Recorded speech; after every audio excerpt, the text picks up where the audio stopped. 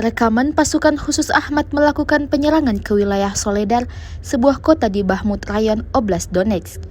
Ramai beredar di media sosial Telegram pada Kamis 15 Desember 2022. Pasukan khusus Ahmad bersama dengan korps tentara kedua untuk kesekian kalinya menarget penghancuran anggota militer Ukraina. Tampak dalam rekaman dua orang tentara Ukraina berusaha kabur dari serangan pasukan khusus Ahmad.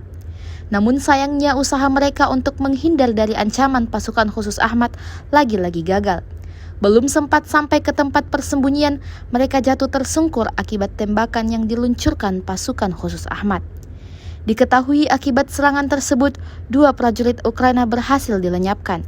Hingga video ini beredar, beragam komentar dituliskan warganet.